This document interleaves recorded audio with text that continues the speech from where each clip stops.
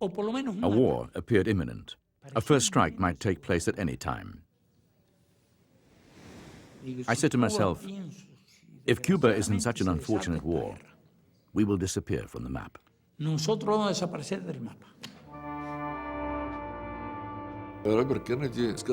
Robert Kennedy came to me and said, Mr. Ambassador, the situation is very tense.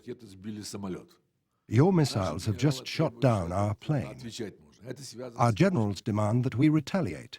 If we start bombing, you will fight back. What can we do? It was a perfectly beautiful night, as fall nights are in Washington. I walked out of the President's Oval Office, and as I walked out, I thought I might never live to see another Saturday night.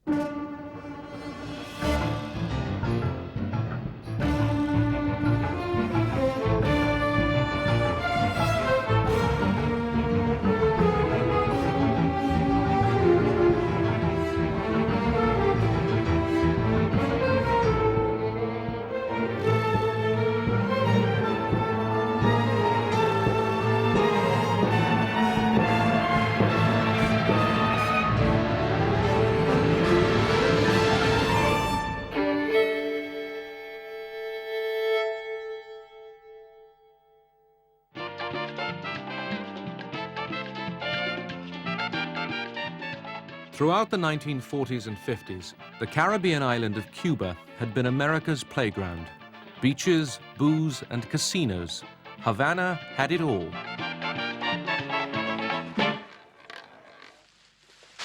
Cuba's land and industry were owned almost entirely by American corporations.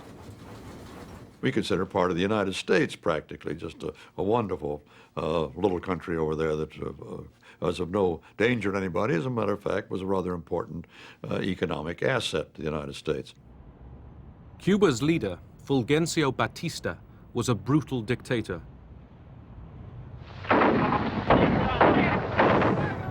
His people were turning against him. After years of guerrilla fighting in the mountains, a charismatic 33-year-old lawyer, Fidel Castro, entered Havana on the 8th of January 1959.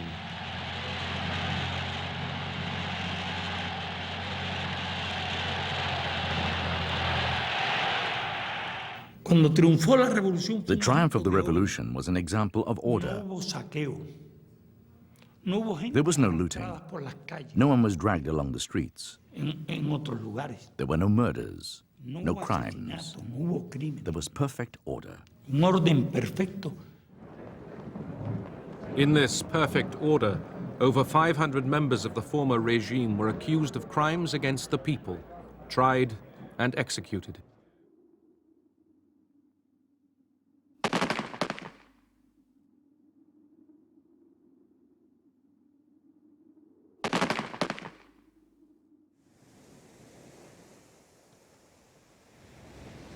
Fearing the rise of a new dictator, thousands fled to exile in the United States. But to most people, Castro was a hero.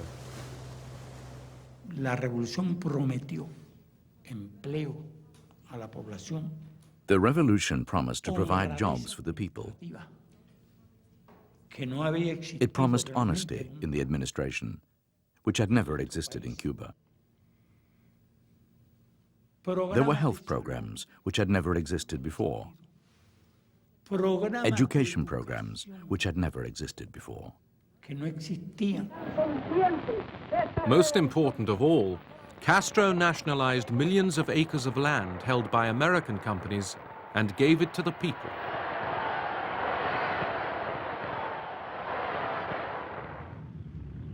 Eager to tell the world of his revolution, Castro flew to New York to speak at the United Nations. President Eisenhower was too busy to see him. But Nikita Khrushchev, the Soviet leader, was delighted to embrace a new revolutionary and offered him economic assistance. Cuba decided to buy oil from the Soviet Union, which would be cheaper. The country could also get credit from the Soviet Union, who were willing to help us. but the American companies refused to refine the oil. With nowhere to refine the Soviet oil, Castro was faced with economic disaster. He sent in his militia and took over the foreign refineries in Cuba.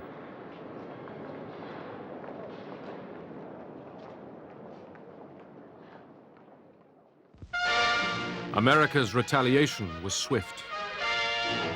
At his White House press conference, President Eisenhower announces that Cuba's assigned share of the United States sugar market has been cut by 95% in reply to what I call Fidel Castro's deliberate policy of hostility.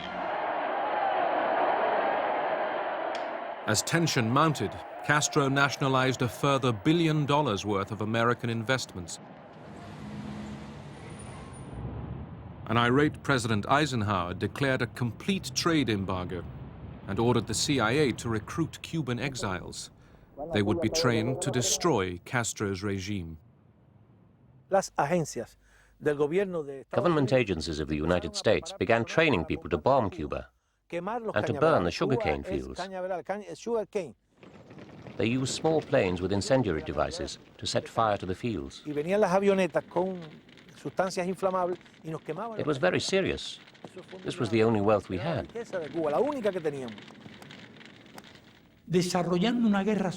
They carried out a dirty war against our country. Guerrilla units were active in every province, even in Havana.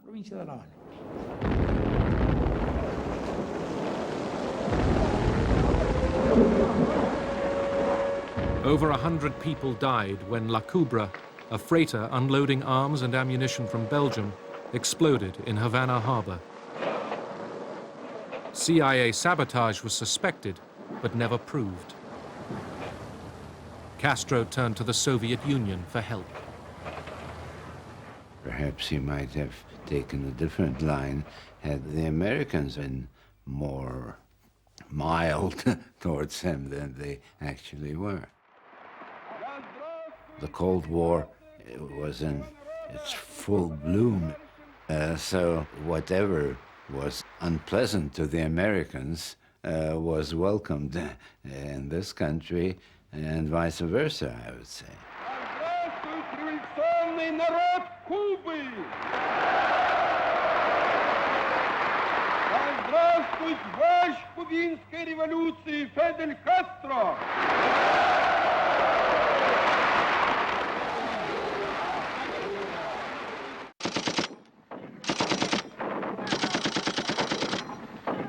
At a secret base in the Guatemalan jungle, American CIA agents had been training Cuban exiles to invade Cuba.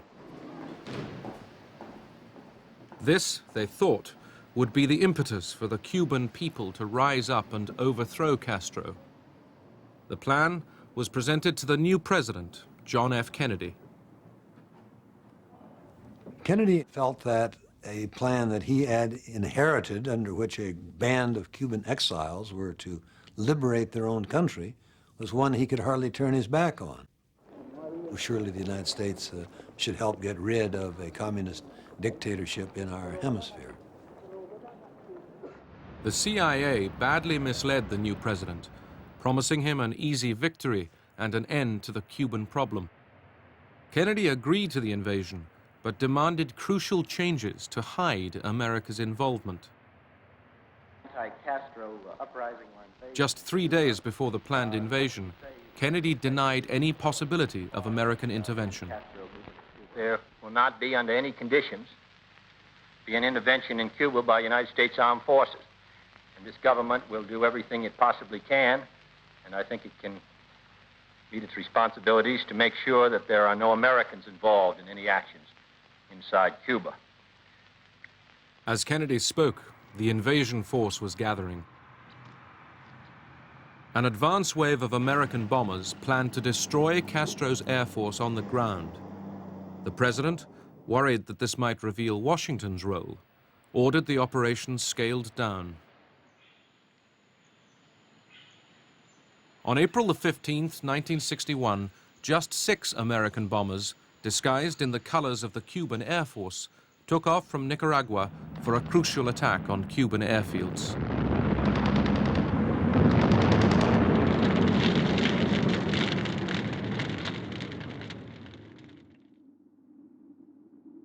But with so few bombers, only 3 Cuban planes were destroyed.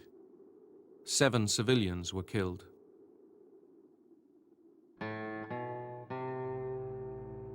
As they buried those who had died, Castro, seeking Soviet support, finally declared that the revolution was socialist. Porque lo que no pueden perdonarnos los imperialistas es que estemos aquí y que hayamos hecho una revolución socialista en las propias narices de los Estados Unidos.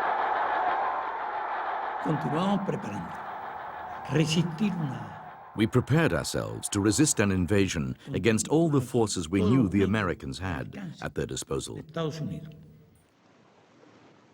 The following day, just 1,500 exiles, equipped with American arms and ammunition, arrived at the Bay of Pigs, 125 miles to the south of Havana. Éramos los hombres más felices del mundo.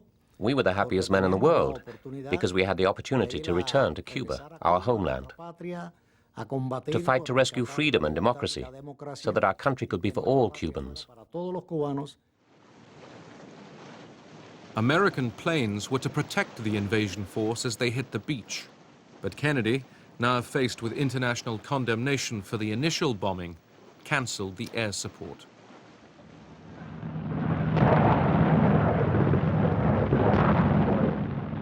Castro's remaining air force quickly destroyed the ships carrying vital ammunition supplies.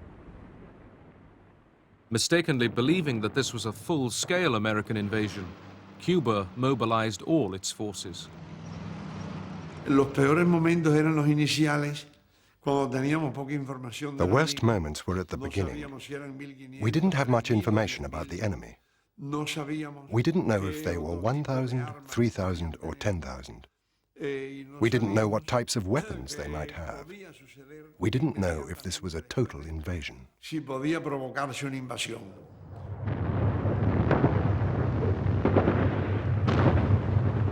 Without American air support or resupply, the invasion force was outnumbered and outgunned.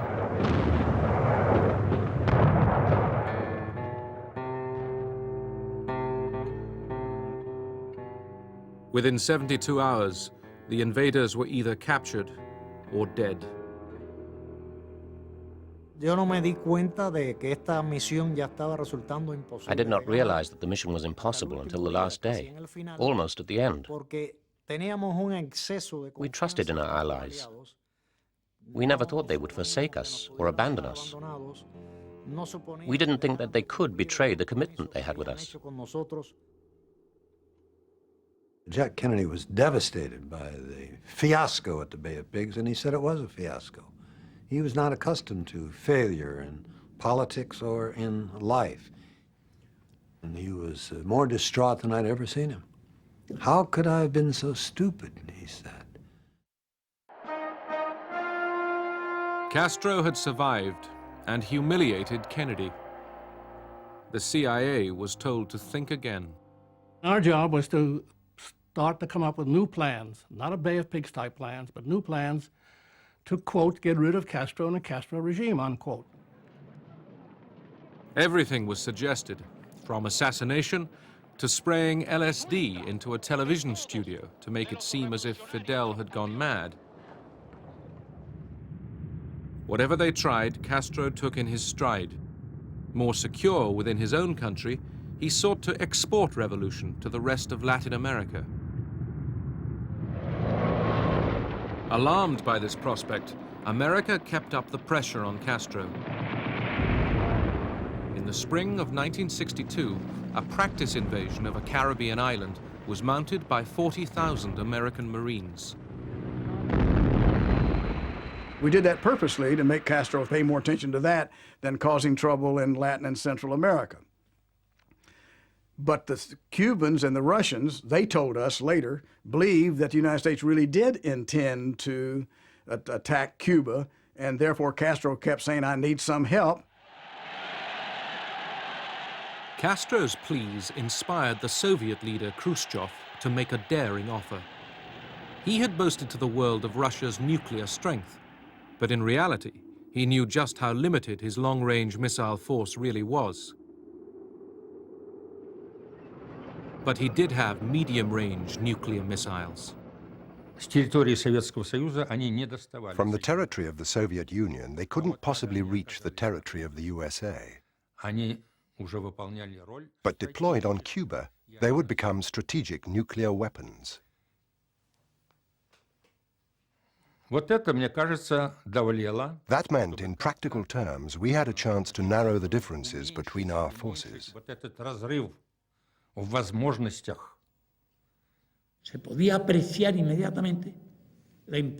I immediately appreciated the strategic importance of the presence of those missiles in Cuba.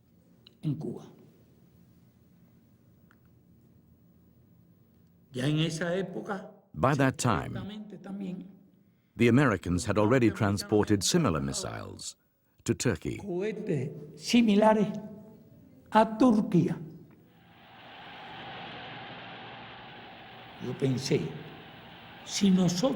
I thought, if we expected the Soviets to fight on our behalf, to run risks for us, and even involve themselves in a war for our sake,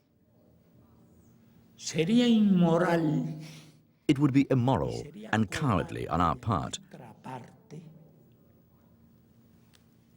to refuse to accept the presence of those missiles here.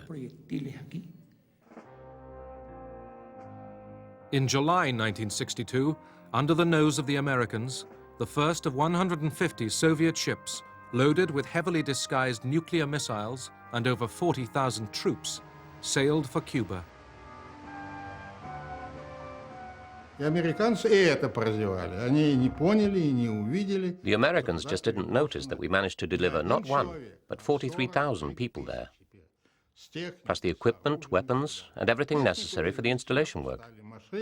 We put all the cars, trucks, and tractors on the top. All the military equipment was hidden under the decks.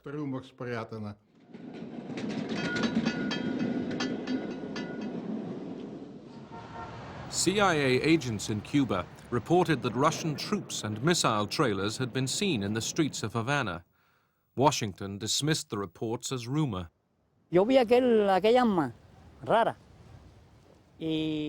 I saw those weird weapons, and then I said to my friend Pablo,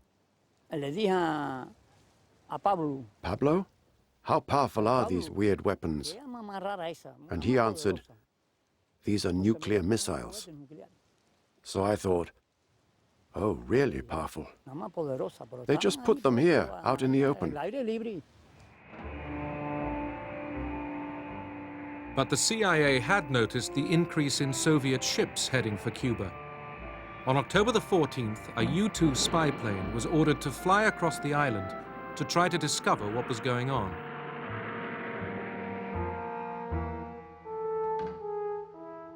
The next morning, the Photographic Interpretation Center in Washington started analyzing the pictures that the U-2 had taken. We're looking at the photography, and we spot objects that are foreign to the environment. And we kept looking, and we said, this is an SS-4 ballistic missile site. So working with the photo interpreters, we became convinced that this was it.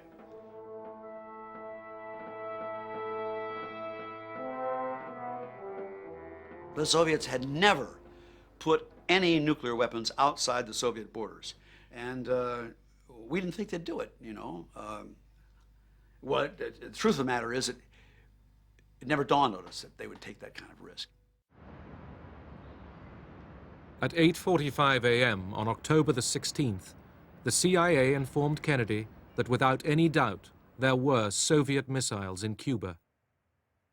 The president called his advisors to the White House.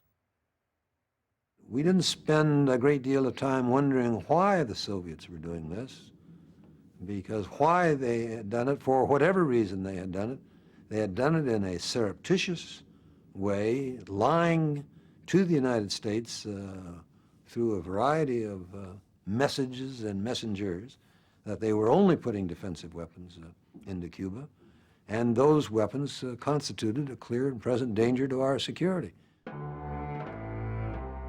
The missiles in Cuba made the Americans more vulnerable than ever before. The Russians were so close, they could strike without warning. The first strike would have knocked out all the American air bases, bomber bases, all the American missile bases, and all American cities except Seattle, which was out of their range. But Washington, D.C., New York City, Dallas would have all gone under the hammer. We talked about the possibility of an airstrike, which was at one time or another almost everybody's first choice upon first thought, to knock out the missiles. We talked about an invasion of Cuba, which was always the preferred choice of the right wing, go in and take Cuba away from Castro and rid the island of communism while at the same time getting rid of these missiles. A diplomatic approach, either bilaterally or through the United Nations. A blockade or quarantine, as it later came to be called. No decision was made at that first meeting, but if a vote had been taken there, airstrike was probably #1 on everybody's list. Robert Kennedy, the president's brother and closest advisor, became concerned that if America's might was used without warning against a small island, world opinion would turn against them. Robert Kennedy, rightfully in my opinion, drew the analogy that it would be regarded by the world as a bombing of Cuba, of bases in Cuba, comparable to the bombing of Pearl Harbor by the Japanese in 1941. And he said, I don't think I want my brother to become another Tojo. As the arguments continued, the Soviet foreign minister, Andrei Gromyko, and the Soviet ambassador, Anatoly Dobrynin, kept a long-standing engagement at the White House. The president raised the question of the increasing tension between our two countries in connection with the Soviet deliveries of weapons. The president said, "We're worried about it because it's connected with our own safety and security." Gromyko told him, just as I was told to say, that all our deliveries, Mr. President, are of a defensive nature. If you don't intend to invade Cuba, you shouldn't worry, because all the weapons are defensive. It was a clear intent to deceive. If the U.S. were not to respond to Soviet deception, how would this influence the attitude of our NATO allies? How would they view the U.S. guarantee of their security? And how would it influence the future behavior of the Soviet Union? If they got by with deception once, couldn't they do it again? For the next 2 days, Kennedy stayed away, keeping up with a congressional election campaign. In Washington, his advisors tried to come up with a solution. There were no good solutions. Every solution was full of holes and risks. It was the only time during my 3 years in the White House that I would wake up in the middle of the night agonizing over what was the right approach, what would work, what would not blow up the world. A conclusion was reached, not to bomb, but to blockade. The Navy would stop and search all ships heading for Cuba. They called it a quarantine. It was believed that the quarantine would convey to Khrushchev the determination of the president to see that those missiles were removed without stimulating a military response. But in case the quarantine didn't work, preparations were made for airstrikes, and a massive American invasion force was made ready. President Kennedy was in Chicago. Now he was needed in Washington. The press were growing suspicious. I was called by President Kennedy at 8 o'clock in the morning, and he said, "Come to my room." And he still had his bathrobe on, and he said, "Here's something I'm writing for you. You're going to hold a press conference to announce it." The Assistant White House physician, Dr. George Berkeley, noticed that the president's voice was very husky. This morning, when he examined the president, he found the president had developed a slight temperature and that he was suffering from a minor upper respiratory ailment. The president therefore canceled his schedule for the rest of today and tomorrow and has returned to Washington and the White House. About halfway to Washington, I suddenly found myself alone with Kennedy in the front part of the airplane. I said, Mr. President, you're not sick. What the hell's going on? He said to me, you're going to find out as soon as you land in Washington, and then grab your balls. Good morning, everyone. An unusual flurry of top-secret military and diplomatic activity over the weekend has Washington guessing today that a major move in American foreign policy may be imminent. The speculation centers on the Caribbean and possible action against Cuba. That afternoon, the Soviet ambassador was called to an urgent meeting with Secretary of State Dean Rusk. Rusk said, "You are delivering missiles to Cuba. We have aerial reconnaissance photographs. This is a threat to our security, and we cannot possibly allow it. In 1 hour's time, at 7 p.m., the President will make a radio and television appeal to the American people, where he will describe the situation. At the same time, he wants you to pass the message on to Khrushchev."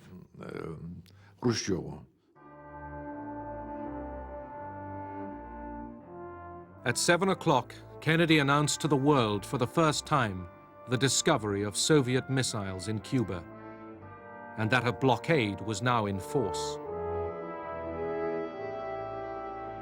The purpose of these bases can be none other than to provide a nuclear strike capability against the Western Hemisphere. To halt this offensive buildup, a strict quarantine on all offensive military equipment under shipment to Cuba is being initiated.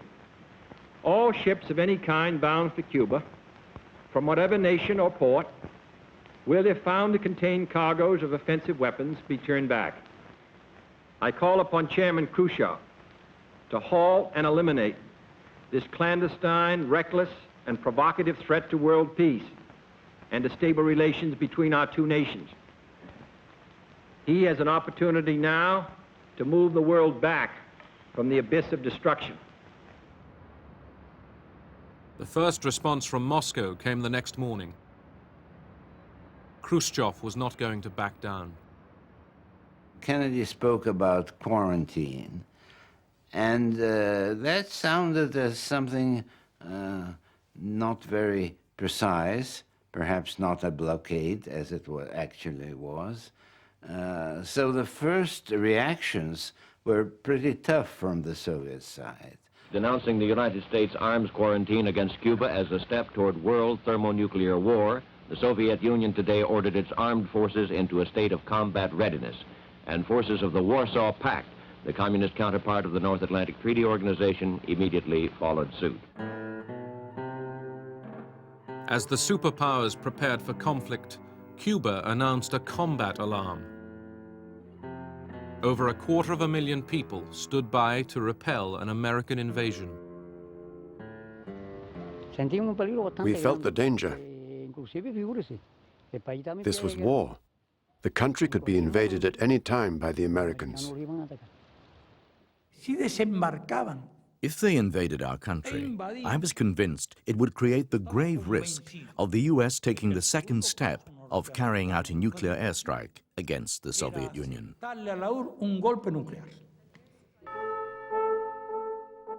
The American fleet now encircled Cuba. The Soviet ships stayed on course. With confrontation imminent, Kennedy wanted direct contact with Moscow. He sent his brother Robert to meet in secret with the Soviet ambassador. He said, "Did your government instruct the captains to turn the ships back home because Kennedy introduced the quarantine?" I said, "No. Our captains have no such orders. And as far as I'm aware, they are instructed to go on to Cuba."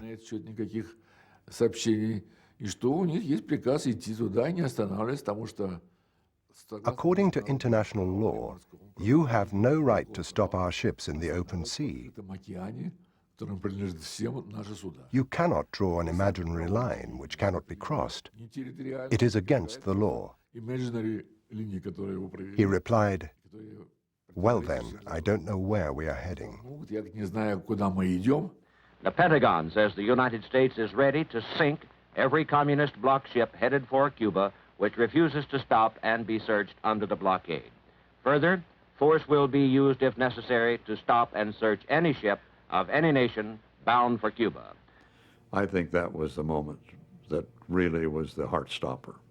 I recall being in the newsroom, just waiting for that next bulletin and almost literally trying to type with my fingers crossed. Let's check over at the Pentagon with Charles von Fremd on that. Chuck, is there any late information about the position of those Soviet ships or what might be happening to them? Walter, we haven't heard a word for several hours now as to when the confrontation between U.S. vessels and the Soviet ships will come about. Nerves were being stretched to breaking point. People tried to prepare for a possible nuclear holocaust. A wave of panic buying swept across America. We have a utility room where the furnaces are, and we wondered whether we could make that into a bomb shelter of some form. We were learning for the first time the time that we would have after the explosion before the fumes, the killing fumes, killing heat and so forth would reach us. The Soviet leaders had tried to keep the crisis from their people, but the news was getting out.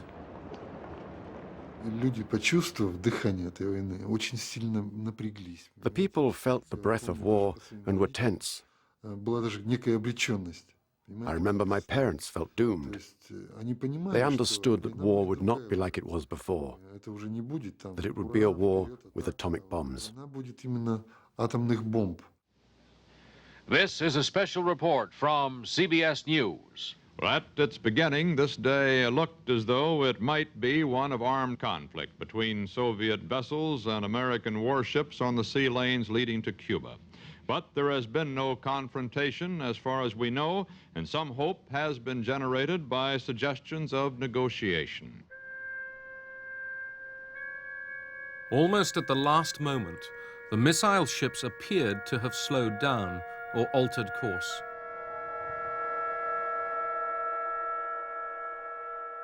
That evening, as Kennedy dined with friends at the White House, a toast was proposed to celebrate.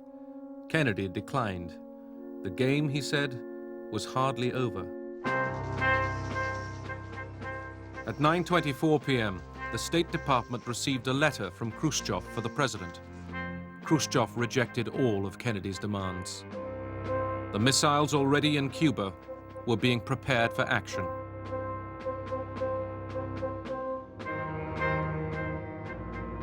For the first time in its history, America's Strategic Air Command moved to Defense Condition 2. The next step, DEFCON 1, would be war.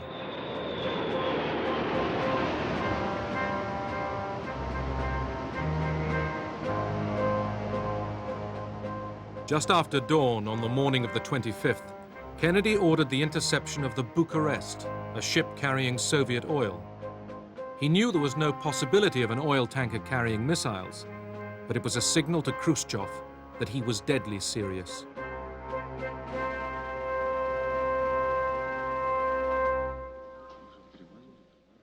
That afternoon at the United Nations, Adlai Stevenson confronted his Soviet counterpart, Ambassador Zorin. All right, sir. Let me ask you one simple question. Do you, Ambassador Zorin, deny that the USSR has placed and is placing medium and intermediate range missiles and sights in Cuba? Yes or no? Don't wait for the translation, yes or no?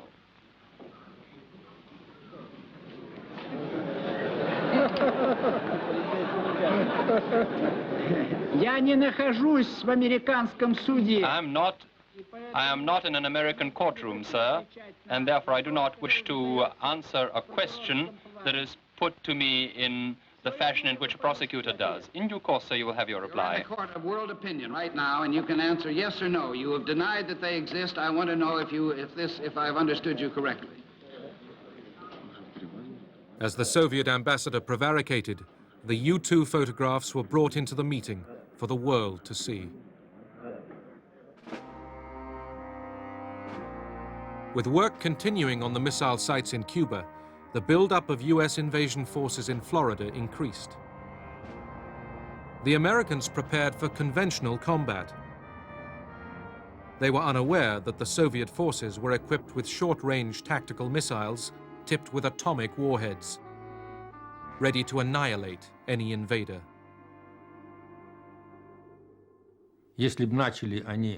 If they'd started an invasion using the Marines or the airborne forces, the losses would have been enormous.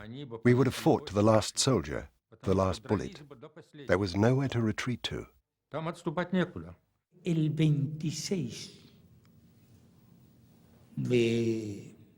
the 26th of October, at a meeting with the Soviet military commander, I was informed about the state of the missiles. He told me, the air regiment is ready. The surface-to-air missiles are ready. The tactical nuclear missile unit is ready. Missiles ready. La unidad de cohete lista.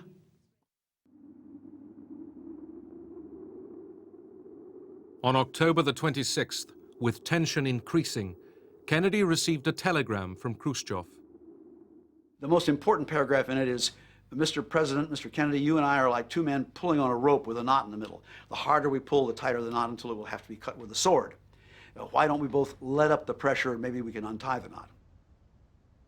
Khrushchev went on to offer that if the United States declared that they wouldn't invade Cuba, the necessity of the presence of our military specialists in Cuba will disappear.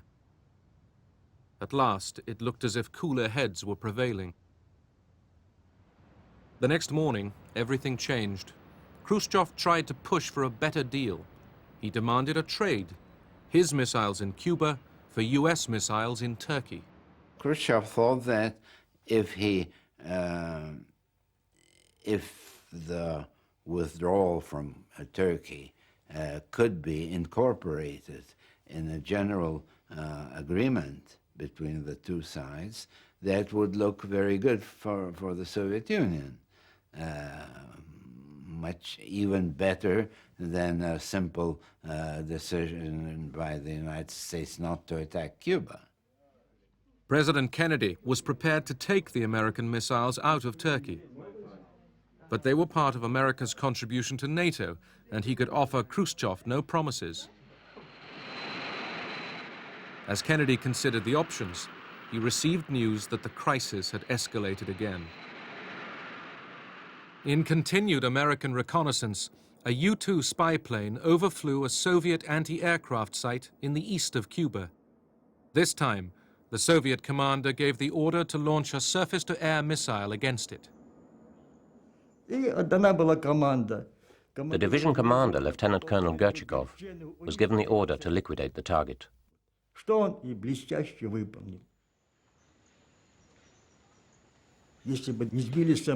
If we hadn't shot down the plane which had photographed all of our bases, it would have enabled the enemy to destroy us. That would have meant we had not fulfilled our mission. We would have betrayed our motherland. The kind of standby plan was if a U-2 was shot down, we would immediately bomb that SAM site out of existence. President Kennedy canceled that order. He said, don't bomb that anti-aircraft site.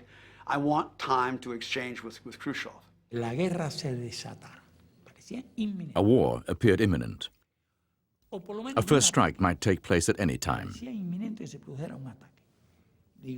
I said to myself, if Cuba is in such an unfortunate war, we will disappear from the map.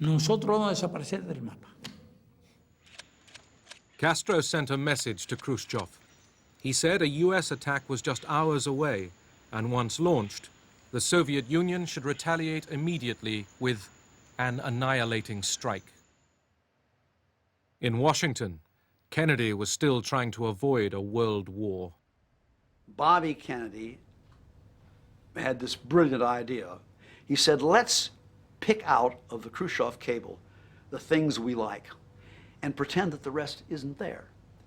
Jack Kennedy and Bobby Kennedy crafted this answer to Khrushchev that did just that. It ignored the shoot down of the U-2. It ignored the broadcast from Moscow that was very hawkish, et cetera, et cetera, et cetera. And just, we said, we understand what you are proposing, and then we listed the things we liked. There was little confidence that this ploy would work. Plans for the invasion continued. The tension on Saturday night was extraordinary because it was going to be the meeting where we were going to decide what time the next day we were going to invade Cuba, or was it going to be later? Where were we going to be bombing those areas? And Kennedy started the meeting by saying, listen, all of you have not been home for at least 6-7 days. I want all of you to go home tonight, come back tomorrow morning, Sunday morning, and we'll make the decision Sunday morning. They left the White House fearful that America could soon be engulfed in a nuclear war, a war that once started might be impossible to stop. It was a perfectly beautiful night, as fall nights are in Washington. I walked out of the President's Oval Office, and as I walked out, I thought I might never live to see another Saturday night. Kennedy sent his brother to another meeting with the Soviet ambassador.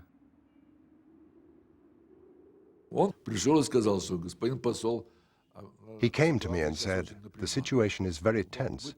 Your missiles have just shot down our plane. Our generals demand that we fight back.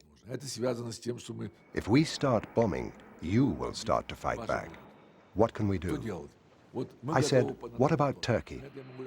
He thought for a while and said, you know, if that's the only condition which prevents us from striking a deal, then I'm authorized by the President to say that we agree to it.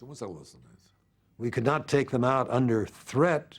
We could not take them out unilaterally because they were NATO bases. But he had our assurance that they would be gone, provided it was not done on a quid pro quo basis, and therefore the Russians could not talk about it. And that was, I would say, the last thing that led to the decision to accept Kennedy's terms, that he would be willing to guarantee that there would be no attack on Cuba, but that the Soviet Union should withdraw all offensive weapons from Cuba. Khrushchev, fearing that this might be the last chance to escape war, rushed a message accepting Kennedy's terms to Radio Moscow. It was broadcast to the world. The Soviet government has ordered the dismantling of weapons in Cuba, as well as their crating and return to the Soviet Union. Radio Moscow at 9 o'clock this morning. Mr. Khrushchev crating up his missiles and shipping them home. The first news I heard on Sunday morning when I woke up was this broadcast from Khrushchev over the open air that Soviet missiles were to be withdrawn under inspection and the crisis was over. I could hardly believe my ears. This is the day we have every reason to believe when the world came out from under the most terrible threat of nuclear holocaust since the end of World War II. Nosotros realmente nos sentimos indignados con eso. We were ¿Cómo lo irate. sabemos? How did we learn about this? El día 28 por Through la the mañana, radio, on the morning of the empieza a 28th. hablar noticias que hay un They acuerdo. broadcast that an agreement had been reached between the Soviet Union and the United States, that Kennedy was offering Khrushchev a guarantee. Damos una garantía a Khrushchev. It really was a disgraceful agreement. A mí no me It never pasaba crossed my mind they would do anything like this. The whole world was under the impression that Khrushchev had lost because he'd given in to the pressure of a strong president, that he'd taken everything out of Cuba but got nothing in return. No one knew about the agreement regarding the missiles in Turkey. If you ask who won or who lost, I'd say neither Kennedy nor Khrushchev. Under close American surveillance, Soviet ships took the missiles back home. There is no question that if it hadn't been solved, we had invaded Cuba, we would have been in a nuclear war. And the number of people who would have been killed around the world in that nuclear war would have been absolutely disastrous. That was the biggest crisis of the 20th century. And the fact that Kennedy solved it with Khrushchev is absolutely important, because then we were moving into a totally different world.